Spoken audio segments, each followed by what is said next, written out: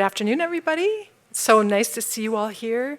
We're going to start in just a second, but I see some of you already have your phones out, and this is an exciting time having taught students in classes where I'm always saying, please put your phones away, and now I'm saying, please get your phones out, and we're going to do some polling with your phones. So if you want to participate in the polling, and it's just for fun, we're not recording your answers, there's no right answers, then take this moment to just set up your phones with sending a text to the number that's given there, 37607, and then in the message, write Career Services, and you should get a confirmation. If someone wants to give me a nod when they're in, that'd be fun to make sure. Oh, we got thumbs up, yay!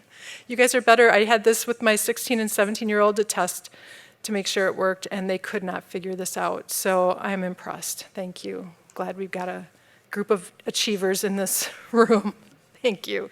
I'm just going to give another second for people to get settled, get set up in the poll, and then we'll get started.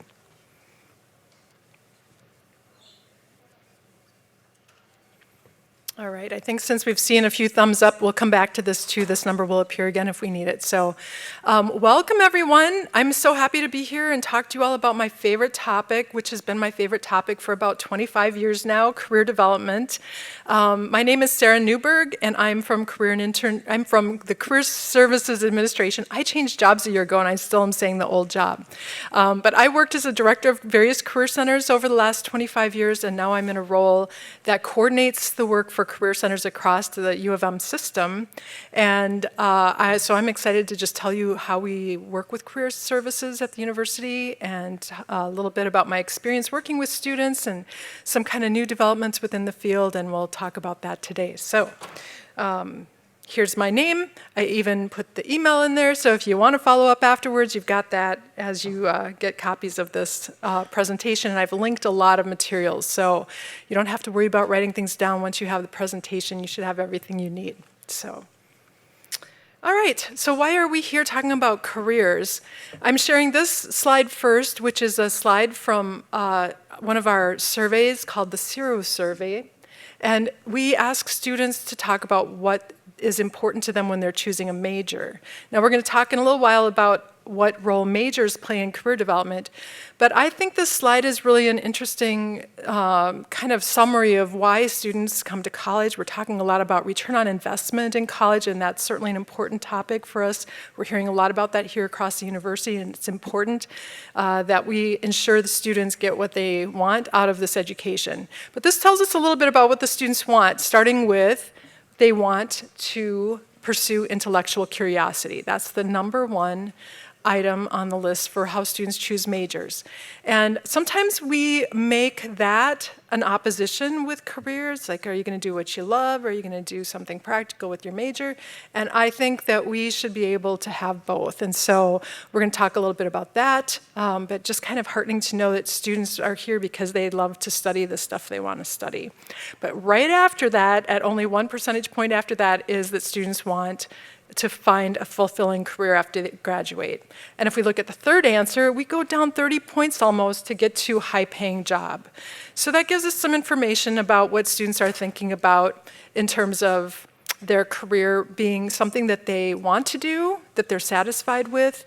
And we do know that students come with a lot of different perspectives on that high-paying question. So we have students where that's really important to them, and we meet them where they are on that question. We also work with our alumni, because sometimes over the years I've worked with a lot of alumni who think they want something that really is following their purpose in life and their passion, and then they realize it's a little hard to pay the bills in this particular field, and we continue to serve students after they graduate, because sometimes we come to these decisions after we've bumped into experiences with them. So I think that's all important to say kind of as a preface for all of this. So here we go with the first poll. Let's see how this goes. We have a lot of people in the room. We'll see how this works. So I think it's important to kind of think about what the emotional piece here. Students have a lot of emotions around their career planning, and I'm guessing that you do too. So this is for you. What is the one word that describes how you are feeling about your student's career future?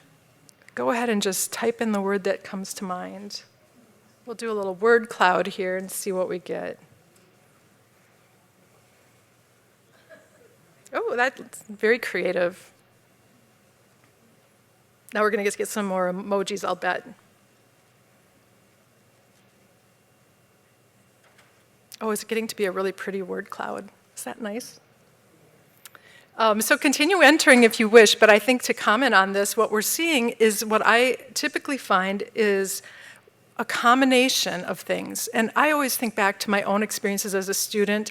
How I felt as I was leaving college was just this combination of excitement, because I know something fun is going to happen after college, something good, but also a lot of anxiety around it, the uncertainty, because you don't know really what it's going to be or what it's going to be like.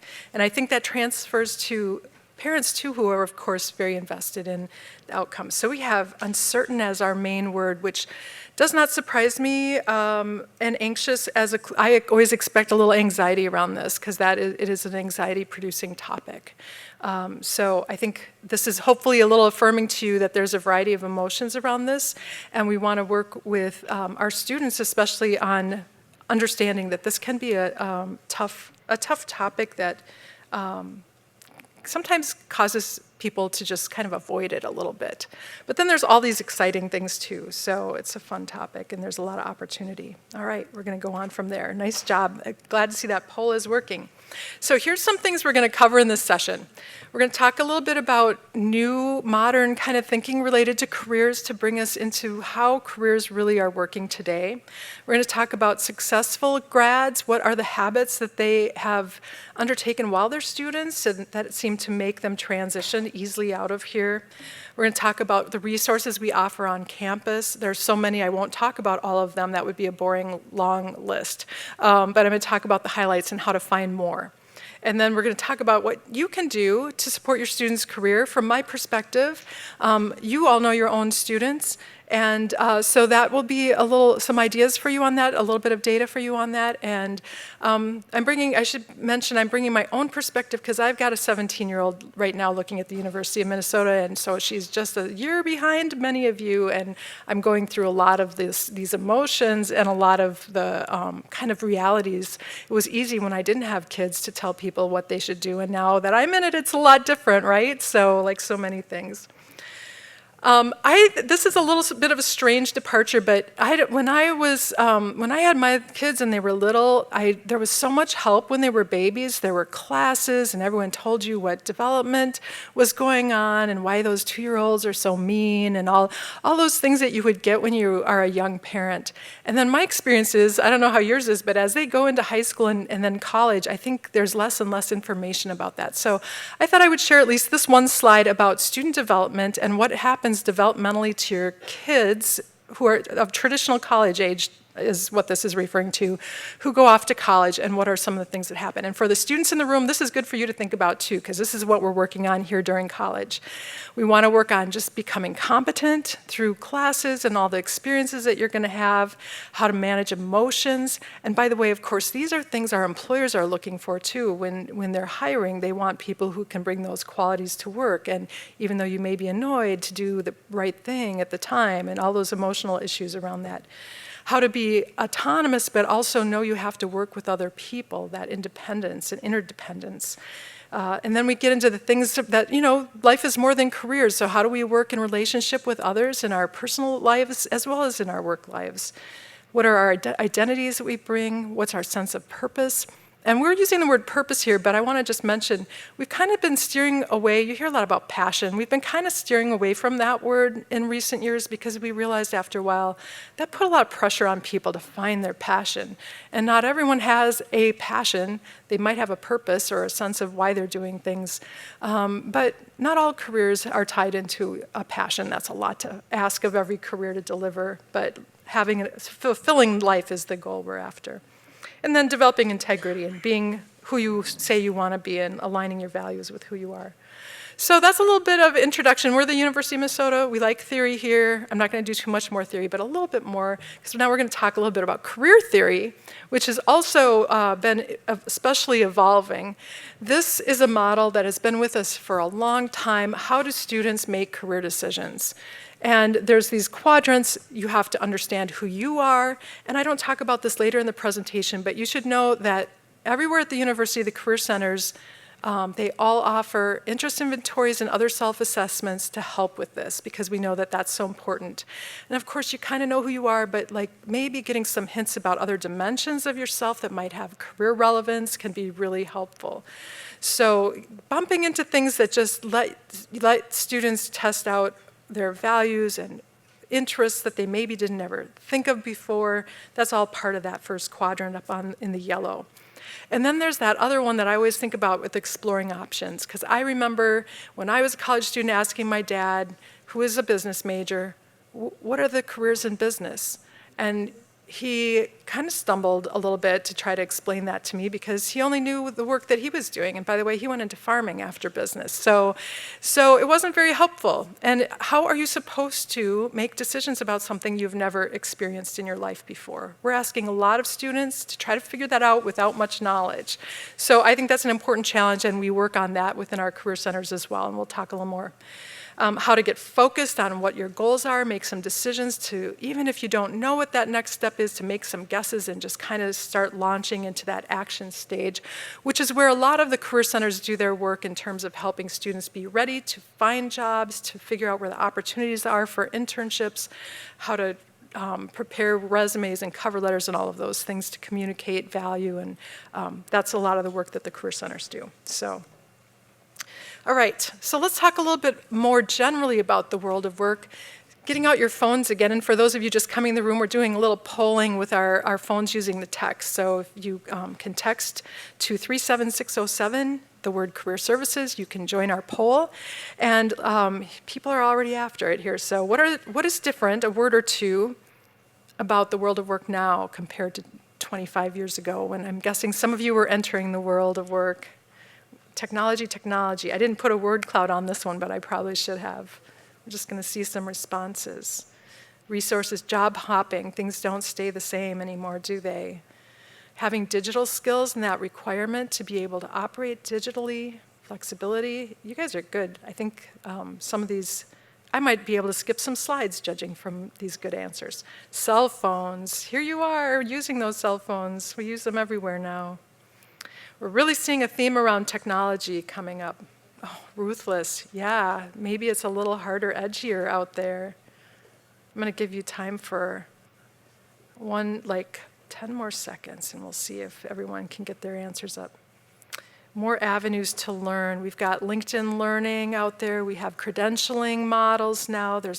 It's easier to learn some credentials than it once was. We've got the remote and virtual options too, which are certainly changing things. God, I hate to cut this off, but I think we should go on. This is really fun. All right, thanks everybody. Remote, lots of remote. So one of the newer career theories that's out there, and this really resonated when it came out with me from my experiences watching this, is called, it's a little dramatic, but it's called the chaos theory of careers. And the chaos theory of careers is recognizing that the world is kind of chaotic, and you were picking up on a lot of that through your comments. And that means change. Everything's changing. We can't be sure that anything is staying in one place. New technology is coming out, which changes things. There's chance. So I know, and I bet if I asked, I won't take the time, I bet a lot of you have found opportunities in your life through just chance encounters, chancing to take on a new project. I see some heads nodding. Yeah, so just, maybe it wasn't what you planned, but something came up and you opened the door and walked through it, and that led you into a different place with your career. And complexity, just kind of trying to figure it all out. It used to be easy not that long ago where there were just a few careers that we could kind of choose from, and now it's become much more complex.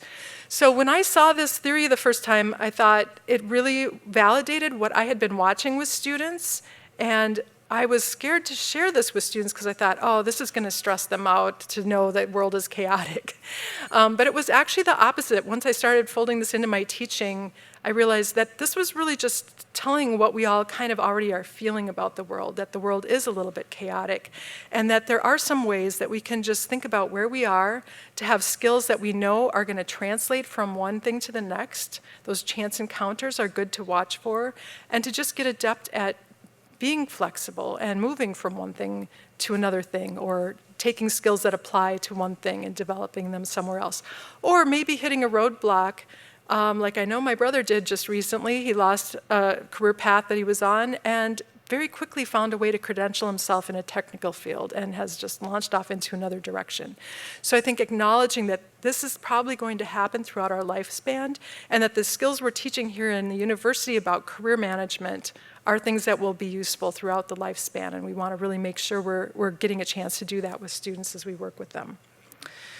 If you didn't believe it already, this is I think I can maybe go out to this. We'll see how this works. This is a really fun website that the US Census provides, and I always like to play with this a little bit because it tells us, here's the major, you can't read it, but I'm clicking on computers and math right now, and you can see all of the different career paths that can lead to.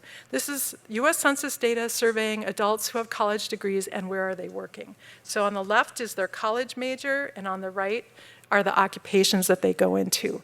So when we say things like people are kind of following a lot of different things, this is a visual that just makes that clear. These are all STEM fields. I could go into liberal arts fields, which have the same effect.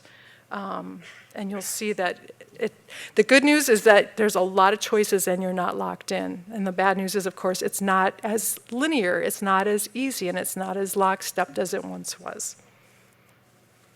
Okay. Escape out of that. Okay. I was afraid once I got there I wouldn't come back. All right, a couple other things about career planning today. We're spending a lot more time now talking about career and life planning, and a lot of this ties in with our millennials and Gen Z students' interest in that, having a career that maybe doesn't dominate for them. Now, some might want that, and that's fine. But also a lot of students are just thinking about, how do I fit family? How do I fit where I want to work? My location, the hours, the opportunities for remote work, of course. So we're really thinking about career always in the context of the rest of the life and how you want that to be. I've talked about a few of these and you hit on them, the gig economy. One thing that hasn't come up is mental health has been an increasing concern for students, particularly in this age group. And I kind of think it's been there a long time, and we're just seeing it. Maybe it's getting worse, but I think the 20s are kind of a hard decade for a lot of students. And so navigating the mental health challenges is part of that when you're working on careers, which take a little stamina sometime. So I just want to remind everyone about the amazing resources, and they just keep adding staff as needed within counseling on campus to help with that, not just intense counseling, but just kind of drop-in visits and group conversations and that kind of thing. So the campus has become much more aware of dealing with that as well, which has been a good thing. Okay, and last this is research that's just fresh off the press. What are the things, surveying alumni across the nation, a large sample, what are the things that happened in college that make a difference in career satisfaction 10 years out? So not just salaries, but just are you happy with where you ended up? And here are the things that are important for colleges. We're taking this very seriously and kind of looking at how we do our programming because of this. And I think it has relevance to students and parents also to kind of know what are these things to work on. So how to help understand what the career opportunities are out there, how to simplify that complex world a little bit, make some first guesses at where to start, how to plan for that, where to get career advice. Faculty are often the #1 source of career advice, so encouraging students to go to those office hours with faculty and get to know them and take advantage of their advice because they're so prevalent in students' lives through their classes. We want to provide lots of opportunities to interact with employers, and that's an area we do now. We're going to be working on it more partly because of this and just interest across up to the president of the university actually has interest in this topic, and how do we bring employers on campus in a little bit more organized way. They are currently working a lot through the colleges, so your students are going to be seeing employers easily at career fairs. We have 30 or more career fairs on campus every year. Big ones, little ones. There's one for the built environment. There's one for architecture. There's one for business. So there's no reason not to be interacting with employers on this campus, but it does mean going to the fair. So encouraging, this is my favorite thing for parents, if you could just nudge them a little bit to get to those career fairs.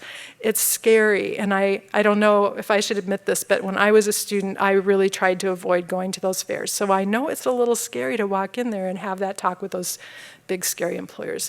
The big, scary employers are often kind of scared to talk to the students too, interestingly. So, it's just getting people in the room and starting to be comfortable together. But that can be such a rich experience. experience for students to just have that chance to say, what is it like where you work? You don't have to be looking for a hard-edged job. It's just having that conversation to start to learn. So we really encourage exploration at those experiences. You'll also be seeing employers in classrooms, though. They really want to be in front of students. Not every faculty can let them in because they also have to teach.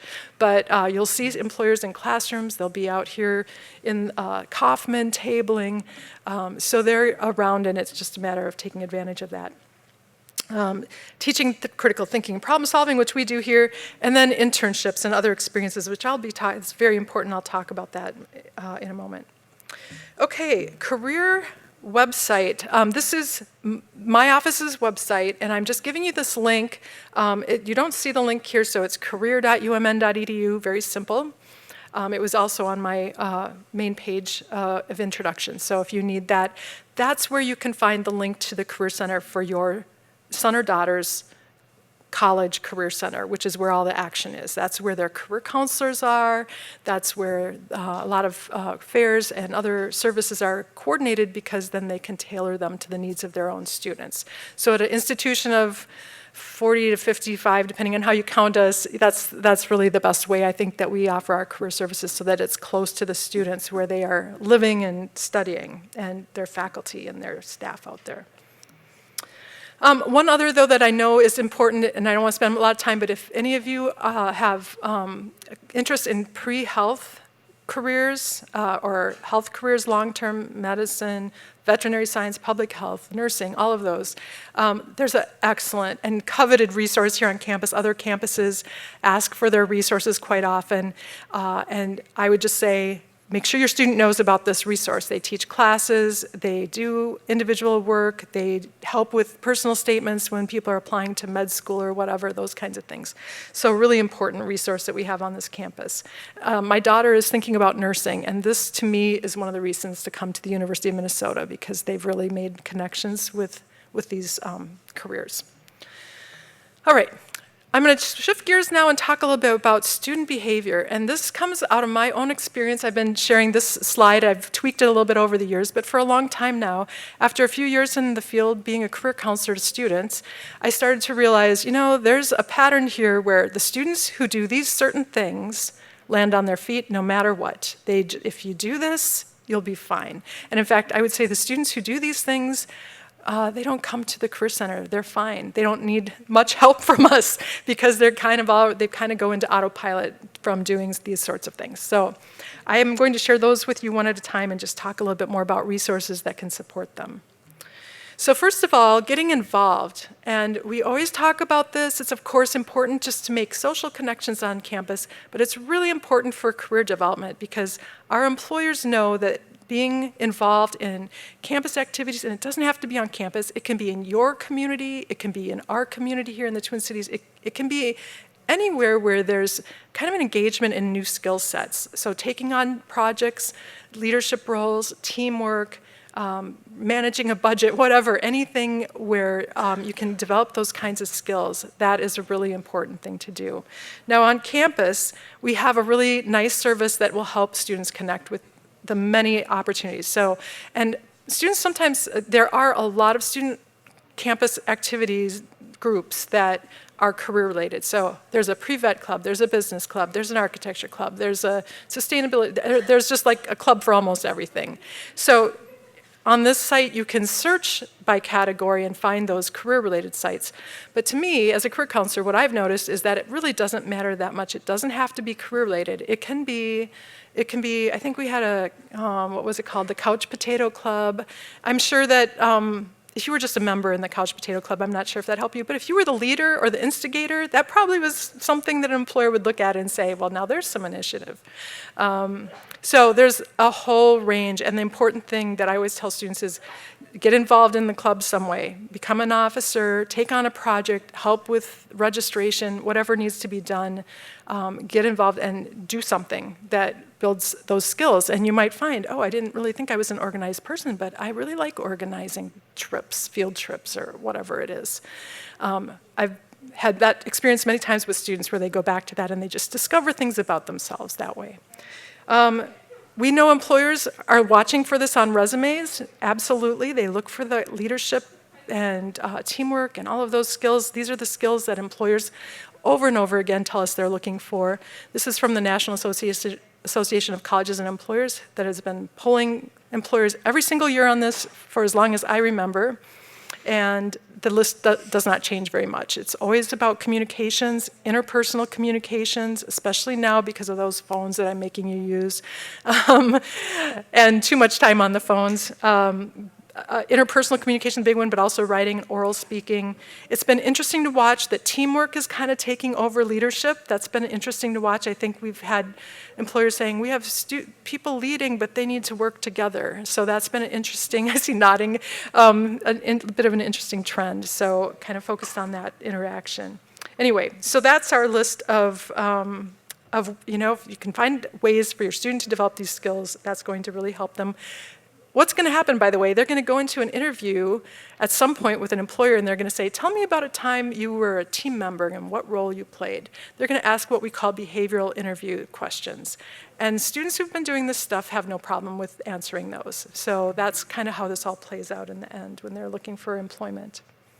All right, poll time. Just when you're sick of my talking, we get to do a poll. So, what best describes your student's career status? Where is your student at in their decision-making process? Because we know that it's all different. Everyone's at a different place, and that is okay. Oh, I got to hit my little thing so we can see your results. Yeah, kind of in that middle for a lot of you.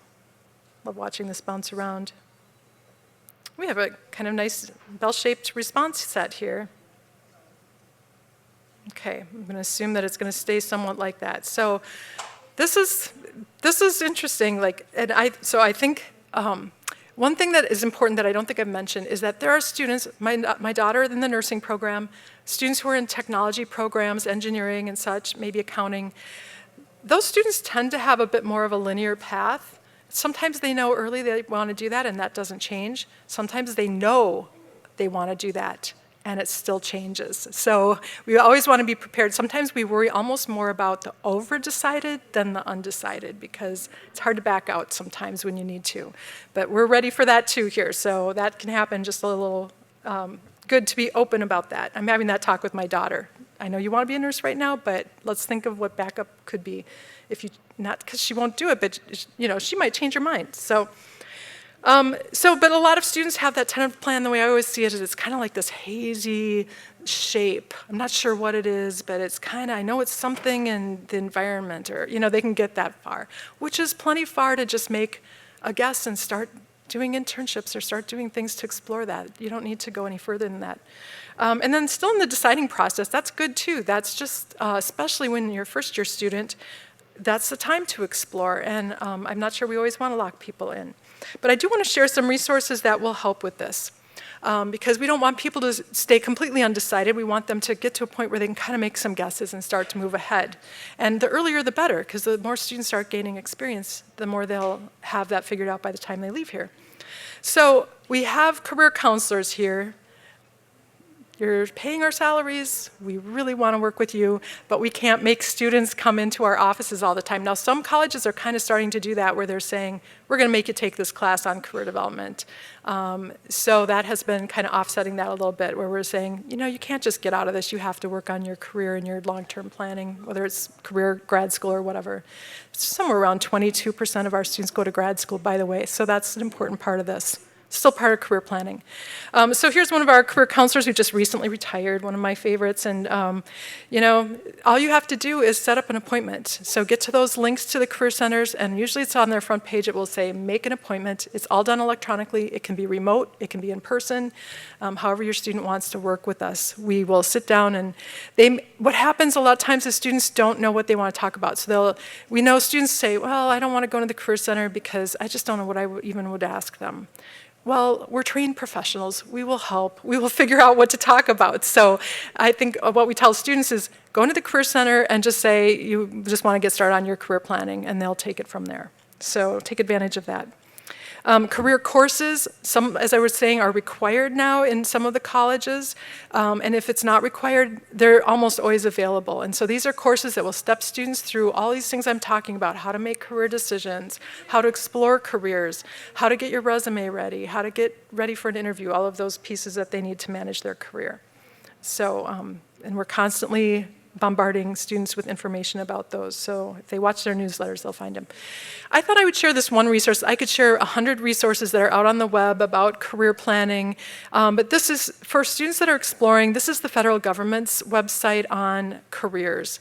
And sometimes it's just good to know that this is a site where you can go, you can watch videos of what's it like to be a lawyer. You can put in skills. My skill is, I don't know, Excel, and it will talk about careers where Excel is an important skill.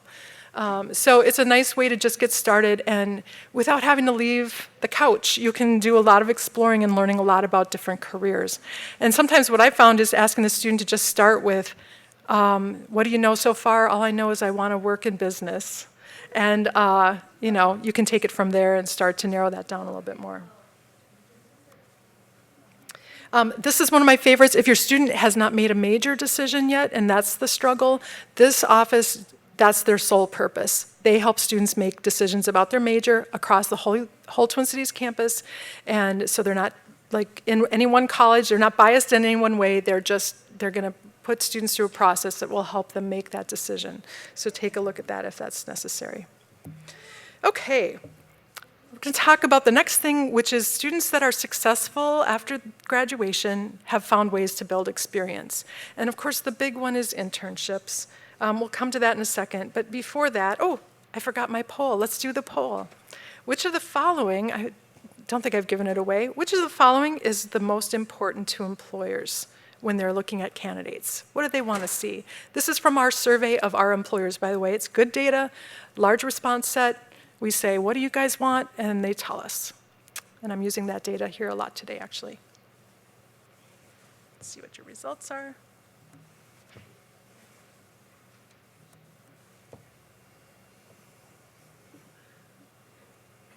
All right. So I didn't put a correction on this, but surprisingly to me, and this has gone on for years, the answer is B. And I'm always a little surprised, but that is what they keep telling us. So in some ways, that's kind of nice, because it... What are you seeing? Did I miss something? Oh, you guys, nice job. I missed it. I wasn't watching. I'm glad you let me in on the fun. All right. So yeah, that is funny. Oh. Well, I got to give you the answers. Here's the real answers. These are your answers. They don't count. They do count. Here's the real answers. So we'll see that informal, professionally related work is important. Wait, I'm missing the one, though. The first one, any previous basic work experience. Number one at 77, that's by quite a margin. And so that kind of lowers the bar for you to just say, you know, if your student hasn't started a job yet, that's the first step. It doesn't have to be a big, fancy internship. In fact, that's a lot to ask of someone. So just get started with work experience. Students need to have an exposure to just workplace etiquette, kind of how the rules work. I know I'm working with my kids right now on, you can ask for time off. You have to tell them ahead of time. You know, just some of that basic stuff is important for employers, but also a lot of other skills that come with that. So I can't exactly answer why that keeps coming out on top, but I can tell you that it's been several iterations of the survey where that keeps coming out. And then we get to the next two, and what I want to say is people are so confused by that word internship, including me. What is it? Is it a thing in the class? Is it a thing with faculty? Is it a thing that has nothing to do? We have employers that offer internships. They call them internships. Some of them are really fancy. Some of them have a rotational system. Some of them are just doing a job that somebody needs. So I always want to be aware of that word, because people can label lots of things internships. What's important to me is that it's an experience, ideally that's related to their career goals. And to me as a career counselor, I'm more worried about their career goals than their academic goals. I mean, that's nice if it ties into the major and they all come together. But I've worked with students in a nutrition program that decided they want to be teachers, and let's get them pivoted to that. So they can finish their nutrition major, and then they're gonna go into education. So the two don't always line up. And to me, what's important is to think about right now, what are you kind of thinking you want to do with your career? Let's find some kind of experience. And big issue with internships, of course, is funding them because they, occasionally they're unpaid. We're really trying to work on that problem. We're trying to get employers to just pay. But there are nonprofits that offer great internships that can't pay. So sometimes it's just do a mini internship, like work really as a volunteer, just even 5 to 10 hours a week along with another job in the summertime, maybe when you don't have as much pressure around school. So just be kind of creative. Who cares what we call it? The question is, are you building some experience that when an employer sees it on your resume is going to say, oh, that's great. And then hopefully you work up to these bigger internships that do have more responsibility related to the career. But we don't always want to start with the hard ones. We can build up to those. So I could talk all day about internships. It's one of my favorite things. Student employment, I love student employment. This is a top priority. There's a lot of good things happening already, and we're going to keep working on how can we use our on-campus student employment as a way to develop those skills that I was just talking about. So there'll be more to come, but if nothing else, these are right here on campus. What I love about them is, and maybe, I don't know if you've thought about this, but the people who supervise students in those jobs, they're kind of remote parent. They're the ones who know if they're sick. They're the ones who worry about them if they don't show up. So there's a lot of kind of nurturing and belonging, just helping them navigate the campus. There's a lot of good reasons to be one of our 6,000 on-campus student employees. So take a look, and I gave the link to how to find out more. Handshake, how many have heard of Handshake before? Few of you. So Handshake is our job posting system, and again, I could talk all day about this, but basically what you need to know is if people tell us, employers tell us all the time, hey, we have a job, we want a student to come do this job. We don't hide it, we don't tell only a couple students, it's our rule, we have to tell all the students. The way we tell them is through Handshake. We're not gonna only tell some students about a job.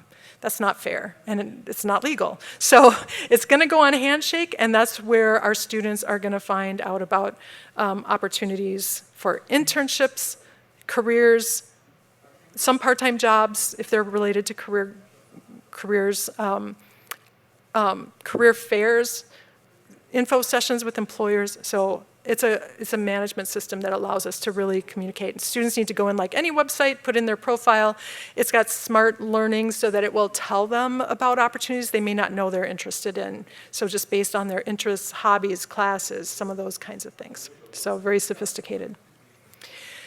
Just want to mention, I know some of you talked to the Learning Abroad Center just now. They have international internships. And there's a lot of funding to go abroad now, so that's another great way to get career experience. And I've had a really lucky opportunity to visit some of those in Italy, and they were great internships.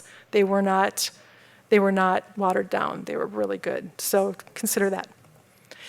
We want students to build connections with other people, and I just want to mention we have a very active alumni association called the Maroon and Gold Network, and so very easy to just go into this network, find alumni who work in marketing, if that's what you want to do, and ask them if they might be willing to talk to you about what it's like to be in marketing. And sometimes internships come out of that because they get to like a student and they watch out for opportunities for them. So these are alumni who are devoted and want to help students, and there's so many of them out there. So this is our way to link students to them. Informational interviewing can be really important that way. And then use your career resources. So I've mentioned a number of them. I talked about career fairs. I wanted to mention that this is a kind of ugly but very typical site on one of the Career Center's websites. This one happens to be for the St. Paul Career Centers. And it's just everything, 24/7 that you need to know about career is out there on those various websites, tailored for the particular majors involved. So, all right. Quick diversion over to GPA. Sometimes this is an interesting topic. Let's see what you have to say about this. How many employers require a minimum GPA?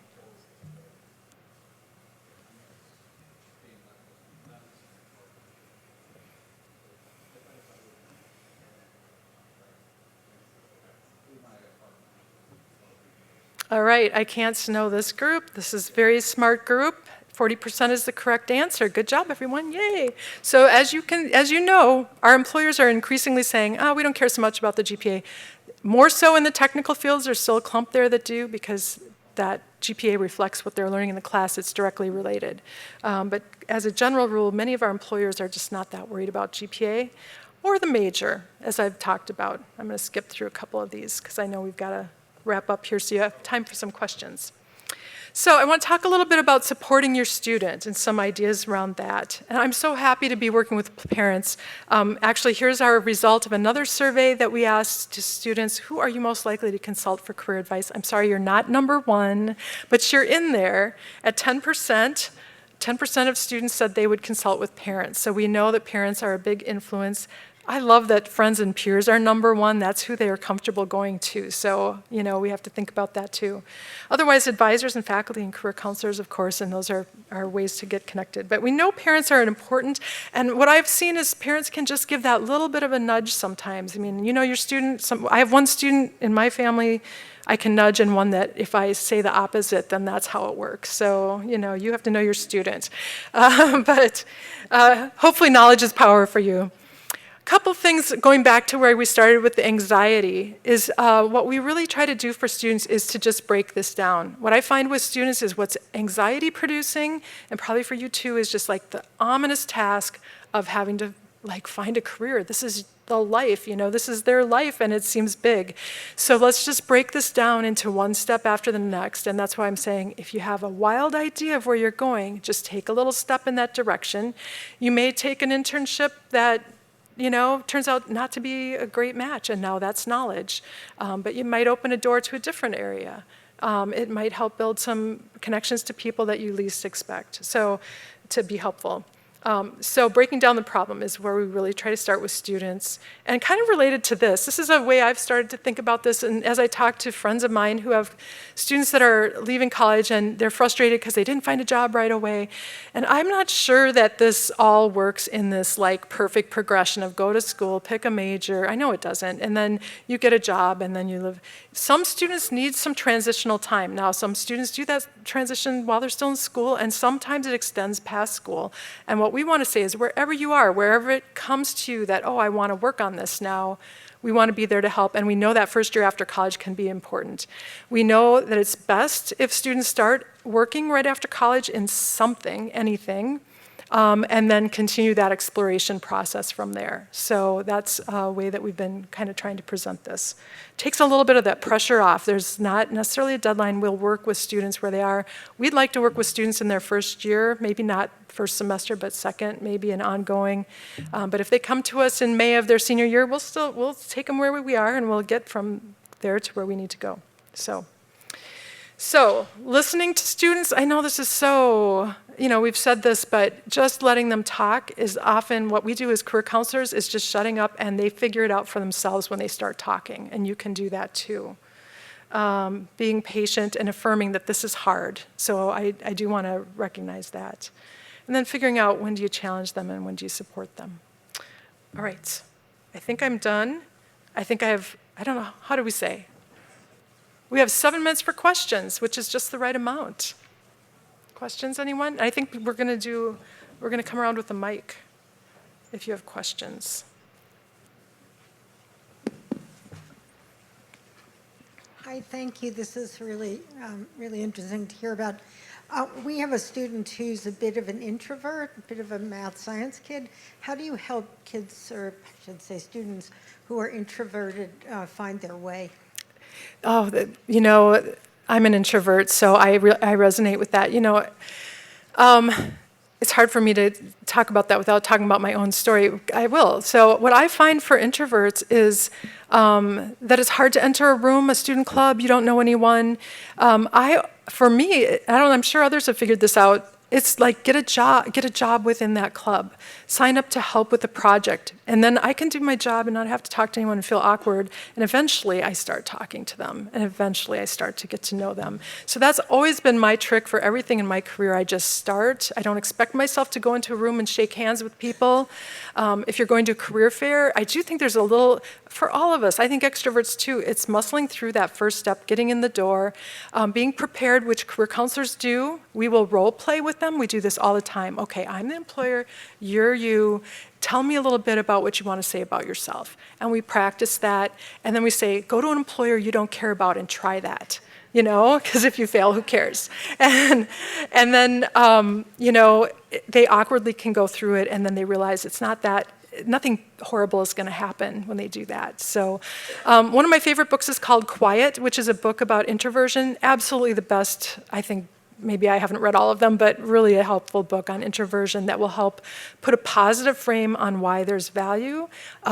Doing research. Introverts will do that research, whereas our extroverts just kind of sometimes dive in, not to bash the extroverts, sorry, but yeah.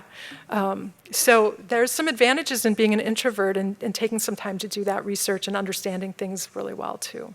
But there is finally a little muscle that we have to get over that hump. Other questions?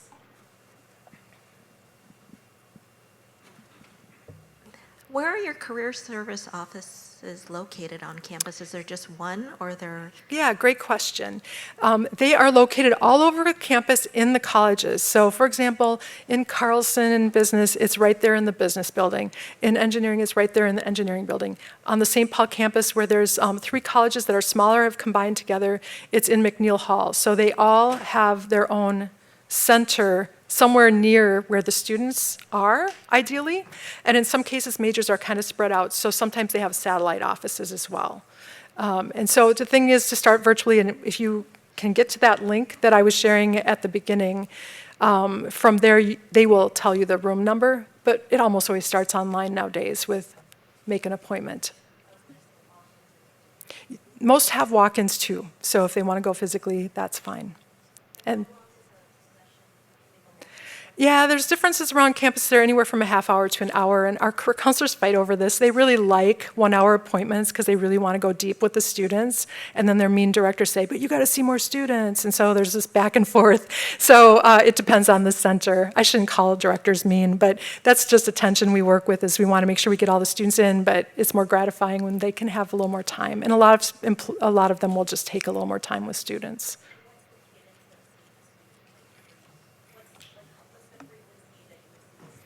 Yeah, it depends on the student. Oh my gosh, last year I worked with a student, I think once a week. It was probably too much, but she needed a lot of support. And she landed on her feet in the end, but she was one that came in well after graduation and just hadn't started with any of this. And so that's what it took. I know people who do that, but that's hard on our staff. So normally it's, a meeting. I would say typical is that there's a meeting, there's a little homework, there's some follow-up, 2 or 3 sessions. Students go off and do their thing, and then they run into the next hurdle, and then they come back in to hopefully develop that relationship. Yep, absolutely, freshman year. Mm-hmm. Maybe time for one more quick question in the back. I'll talk to you. Does timing of internship matter? Does that matter early, later? Yeah, so that's a good question. I think for some of our technical fields where they really, they would say, we really don't want to put an engineering student out there until they've had a little engineering coursework where they can add value. I blur that a little bit. I think, hey, if you can go work at an engineering firm and do some other kind of job for a while, that's still exposure. So that's kind of how I think about it. So I think in even the first year, I think of find some kind of experience. I always think of a friend of mine who was a career counselor. She said her daughter was political science. She said, you're just going to volunteer at the mayor's office this summer. So she was a little directive with her. She was a career counselor. And that was the start. And then the next year, she was kind of prepared for something a little more. One of my favorite students told me she was nothing special, no big talent, nothing. She just came in and said, I kind of want to be in banking. And so we worked on getting a teller position, which a lot of people can get teller positions. That positioned her to get an internship in a small bank. That positioned her to get an internship at Wells Fargo. That positioned her for a full-time job at LaSalle Bank in Chicago. So that's just, it's building. And I think that makes it so much more comfortable for all of us, introvert, extrovert, whatever stage the student is at, we can work from there then. Wonderful. Thank you for our speaker, and thank you for attending today. Yeah, I'd be happy to grab questions out there. Thank you.